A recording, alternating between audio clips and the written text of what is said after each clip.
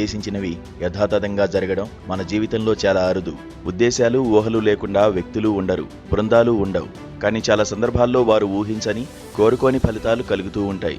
అందుకే సంఘటనలను వ్యక్తుల సదుద్దేశాలు, దురుద్దేశాల ఆధారంగా అర్థం చేసుకోవడానికి ప్రయత్నిస్తే మన ముందు ఎప్పుడూ అసమగ్ర చిత్రమే కనబడుతోంది. సోషల్ మీడియాను అభివృద్ధి చేసిన వారు ఉద్దేశించింది ఒకటి, జరుగుతోంది మరొకటి. ప్రపంచవ్యాప్తంగా నియంతృత్వాలను, నిరంకుశ ధోరణులను వ్యతిరేకించే వ్యక్తులకు, శక్తులకు సోషల్ మీడియా వేదిక అవుతుందని ఆ మీడియా రూపకర్తలు అనుకోలేదు. మన కళ్ళెదుట తీవ్రమవుతున్న కాక్రోచ్ ఉద్యమమే దీనికి నిదర్శనం. ఇప్పటికీ సోషల్ మీడియా యాజమాన్యాల లక్ష్యాలు వేరు. వారి ప్రధాన ఉద్దేశం లాభాలను పొందడమే కావచ్చు. కానీ దానికి భిన్నమైన రాజకీయ లక్ష్యాలకు సోషల్ మీడియా ఆలంబనగా మారుతోంది. అననుకూల భావాలను, ప్రభుత్వాలను ఇబ్బంది పెట్టే రాజకీయ లక్ష్యాలను సోషల్ మీడియా వేదికలపైకి రాకుండా చూడ్డానికి ఎన్ని వడపోతలు, జల్లెడులు పెట్టినా వాటిని నిరోధించలేని స్థాయికి పరిస్థితి వెళ్ళింది. కోట్లాది మందికి భాగస్వామ్యం కల్పించే వేదికలను సృష్టించిన తర్వాత, వ్యాపారమంతా దాని చుట్టూ కేంద్రీకృతమైన తర్వాత అనుకున్నట్లుగా వాటిని నియంత్రించడం ఒక పట్టాన సాధ్యం కాదు. బహుశా మానవ చరిత్రలోనే ఇంత విస్తృత స్థాయిలో భావాల మార్పిడికి, భావాల సంఘర్షణకు వందల కోట్ల మందికి అవకాశం కల్పించడం ఎప్పుడూ జరగలేదు.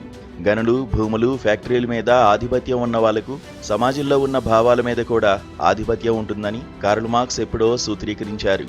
అంటే ఆ భావాలు సంపదపై ఆధిపత్యాన్ని కొనసాగించడానికి దోహదం చేస్తాయని, ఆ ఆధిపత్యం సహజ సిద్ధమైందన్న భ్రమలో అవి ఉంచుతాయని ఆయన చెప్పింది స్థూలంగా నిజమే కావచ్చు.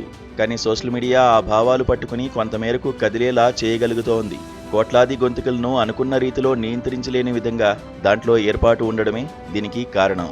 దాని పునాదే కోట్లాది అభిరుచులు, ఆకాంక్షలు, భావాలు, ఉద్దేశాలపై ఆధారపడి ఉంది.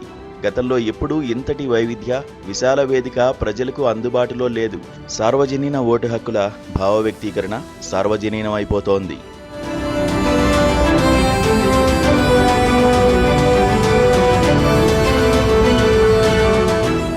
విదేశీ విరాళాలను క్రమబద్ధీకరించే పేరిట దేశంలో స్వచ్ఛంద సంస్థలన్నిటినీ ఏదో విధంగా నియంత్రించి అవి ప్రభుత్వ విధానాలను ప్రశ్నించలేని పరిస్థితిని సృష్టించిన తర్వాత సోషల్ మీడియానే అసమ్మతులకు, అసంతృప్తులకు వేదికగా మారక తప్పడం లేదు.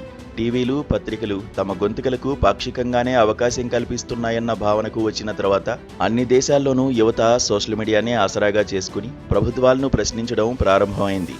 పాలకులు చేస్తున్న తప్పులకు జవాబుదారీతనం కోసం డిమాండ్ చేస్తూ పదవుల నుంచి దిగిపోవాలని కోరడము ఎక్కువైంది.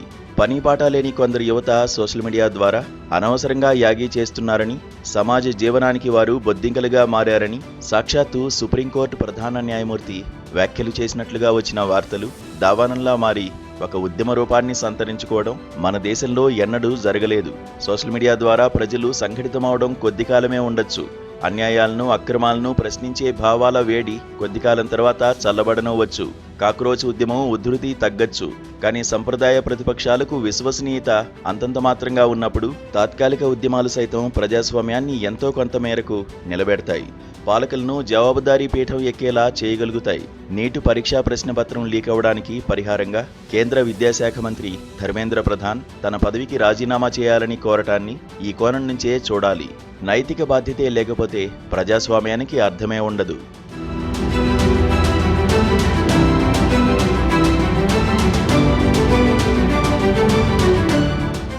సమాజంలో అన్ని వ్యవస్థలను ఒకే భావజాలానికి అనుగుణంగా మార్చివేసి అసమ్మతి లేకుండా చేయడానికి గట్టిగా ప్రయత్నాలు జరిగిన చోట వాటిని వ్యతిరేకించడానికి సోషల్ మీడియానే ప్రధాన వాహికగా పనిచేసింది. అరబ్ స్ప్రింగ్ పేరిట ట్యునీషియా, ఈజిప్ట్, లిబియా, యెమెన్లో జరిగిన ఆందోళనల్లో సోషల్ మీడియా నిర్వహించిన పాత్రపై ఎన్నో విశ్లేషణలు వచ్చాయి. ప్రజాస్వామ్యం, జవాబుదారీతనం కోసమే యువత అక్కడ వీధులకు ఎక్కింది. హాంకాంగ్లో 2019 నాటి ప్రజాస్వామ్య ఉద్యమం, ఫ్రైడేస్ ఫర్ ఫ్యూచర్ పేరుతో వాతావరణ మార్పులపై 150కి పైగా దేశాల్లో జరిగిన ఆందోళనలు, 2011 నాటి అన్నా హజారే అవినీతి వ్యతిరేక ఉద్యమం, శ్రీలంకలో ఆర్థిక సంక్షోభానికి వ్యతిరేకంగా సాగిన నిరసనలు, బంగ్లాదేశ్ విద్యార్థుల ఆందోళనలు, నేపాల్లో తిరుగుబాటు, కెన్యాలో జెన్జీ ఉద్యమం లాంటివన్నీ సోషల్ మీడియానే అధికంగా ఉపయోగించుకున్నాయి. సోషల్ మీడియా వల్ల అంతా మంచే జరుగుతోందా, చెడు జరగడం లేదా అని తర్కించుకుంటే వచ్చే సమాధానం భిన్నంగానే ఉంటుంది. ప్రజాస్వామ్యంలో అభిప్రాయాలను వెల్లడించే స్వేచ్ఛను ఆధారం చేసుకుని హిట్లర్, ముసోలినీ లాంటి నియంతలు రాజ్యాధిపతులయ్యారు. మత తెగ ఉద్వేగాలను రెచ్చగొట్టి ప్రజల ఊచకోతకు కారణమైన సంకుచితత్వ నేతలు ప్రజాస్వామ్యాన్ని ఉపయోగించుకునే అధికార పీఠాలను ఎక్కారు. నిరంతరం ఒక మతాన్ని బూచిగా చూపించి ఆ మతానికి చెందిన ప్రజలను అభద్రతతో జీవించేలా చేస్తున్న నేతలు ప్రజాస్వామ్యం ఆసరాతోనే వరుసగా ఎన్నికవుతున్నారు. ఈ విపరీతాలు అనర్థాలు ఉన్నంత మాత్రాన మొత్తం ప్రజాస్వామ్యాన్నే పక్కన పెట్టలేం. ప్రజాస్వామ్య రాజకీయాలతోనే వాటిని ఎదుర్కోవడానికి, ఓడించడానికి ప్రయత్నాలు, ఉద్యమాలు జరిగాయి. సోషల్ మీడియాకు ఇదే వర్తిస్తుంది. చక్రవర్తులు, రాజులు, పాదుషాలు, నవాబులు అధికారం చెలాయిస్తున్న కాలంలో పన్నులు కట్టే వ్యాపారులు మాకు ప్రభుత్వ పాలనలో ప్రాతినిధ్యం ఉండాలని డిమాండ్ చేయడంతో ప్రజాస్వామ్యానికి బీజాలు పడ్డాయి. పన్నులు కట్టే వారికి ఓటు హక్కుని కల్పించాలన్న భావనతోనే ప్రాతినిధ్య పాలనా పద్ధతి మొదలైంది. భారత రాజ్యాంగ పరిషత్తుకు జరిగిన పరోక్ష ఎన్నికల్లో కూడా ఓటు వేసే హక్కు ఆనాడు పన్నులు కట్టే వారికే దక్కింది. ఆనాటికి వాళ్ల సంఖ్య జనాభాలో 10 నుంచి 15% లోపే ఉంది.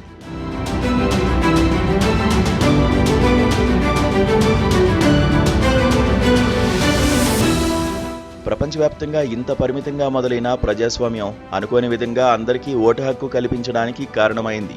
వ్యాపార వర్గం ఉద్దేశం ఒకటి, వివిధ పరిణామాల కలయికతో జరిగింది మరొకటి. పారిశ్రామిక విప్లవం మొదలైన తర్వాత ఫ్యాక్టరీలు పుట్టుకొచ్చి వాటితో పాటు కార్మికులు పెరిగిన తర్వాత వాళ్ల పోరాటాలతో ఓటు హక్కుని విస్తరించక తప్పలేదు.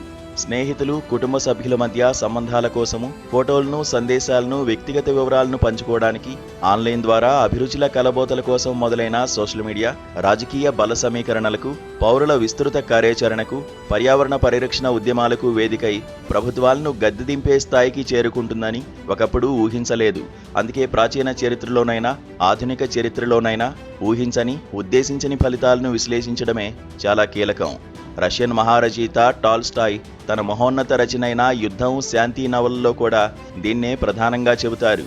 టాల్స్టాయ్ ప్రకారం వ్యక్తులు ఒక ఉద్దేశంతో చర్యలు చేపడతారు, కానీ ఆ చర్యల తుది ఫలితాలు వారి నియంత్రణలో ఉండవు. లక్షలాది మంది చర్యలు పరస్పరం కలిసిపోయి, పరస్పరం ప్రభావితమై ఎవరూ ఊహించని ఫలితాలను సృష్టిస్తాయి. వ్యక్తుల సంకల్పాలు చాలా ముఖ్యమైన, వాటిని బట్టే పూర్తిగా చరిత్రను వివరించలేం.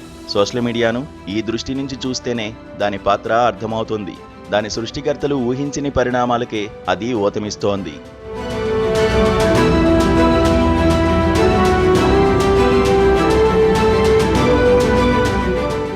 సోషల్ మీడియాలో వివిధ వయసుల వాళ్లు క్రియాశీలకంగా ఉన్న, అవసరమైనప్పుడు కార్యాచరణకు అడుగులు వేసేది యువతే. 30 కోట్ల మంది ఉన్న జెన్జీ యువత ఇప్పుడు అనేక సమస్యలతో కొట్టుమిట్టాడుతోంది. వీళ్లలో 41.7% మంది యువకులు ఇంకా విద్యను కొనసాగిస్తూనే ఉన్నారు. అలాగే యువతల్లో 38.4% అదే చేస్తున్నారు. చదువు పూర్తయిన ఆ వయసు యువకుల్లో 14.8% మాత్రమే స్థిరమైన ఉద్యోగాలు వస్తున్నాయి. యువతల్లో అయితే 4.7% మందికి మించి అవి రావడం లేదు. మిగిలిన వాళ్లందరూ తాత్కాలిక ఉద్యోగాల్లోనూ, సామాజిక భద్రత లేని కొలువుల్లోనూ కుదురుకోవాల్సి వస్తోంది. మొత్తంగా జెన్జీ తరంలో గ్రాడ్యుయేషన్ పూర్తి చేసిన యువకుల్లో 29% నిరుద్యోగం ఉంది. యువతుల్లో అది 36.9%కి చేరుకుంది. ఇదొక తీవ్రమైన సంక్షోభం. గౌరవప్రదమైన జీవనోపాధి దొరకనప్పుడు అసంతృప్తులు తప్పవు. పాలకుల అపసవ్య విధానాలపై ప్రశ్నలు తలెత్తక మానవు. వీటికి జవాబులు ఇవ్వకుండా, సరైన విధానాలను రూపొందించకుండా సోషల్ మీడియా యుగంలో కాలాన్ని నెట్టుకురావడం కష్టం. మన గతమంతా ఘనమైందని ఎంత ఓదరగొట్టినా, మైనారిటీలను బూచిగా చూపించి రాజకీయం నెగ్గుకొస్తున్న కోట్ల మంది పదునైన భావాలతో క్రియాశీలకంగా ఉండే సోషల్ మీడియా నుంచి వెల్లువెత్తే హేతుబద్ధ విమర్శలను తట్టుకుని వ్యవహారాలను నడపడం అంత తేలిక కాదు. పార్టీలు సొంత సైన్యాలను ఏర్పాటు చేసుకుని సోషల్ మీడియాలో ప్రచార ఉద్ధృతితో చాలా రాజకీయాలనే చేయొచ్చు. ప్రతి పార్టీ వాటిని చేస్తోంది కూడా. ఎంత చేసినా కోట్ల గలాలను, భావాలను నిరోధించి తామనుకున్న భావహోరులో అందరినీ కొట్టుకుపోయేలా చేయడం అసాధ్యం. సోషల్ మీడియాలో చెడు ఎంత ఉన్నా మంచి ఏదైనా ఉంటే అది ఇదే. ఆ మంచే ప్రజాస్వామ్యానికి రక్షణ కవచంగా మారుతోంది. పాలకులు తమకు తిరుగులేదనుకున్న చోట తిరుగుబాటు గొంతుకులు ఏదో మూల నుంచి కొత్త రూపంలో, కొత్త వ్యక్తీకరణలో వినపడ్డానికి మించి ఈనాటి ప్రజాస్వామ్యానికి కావాల్సింది ఏముంటుంది?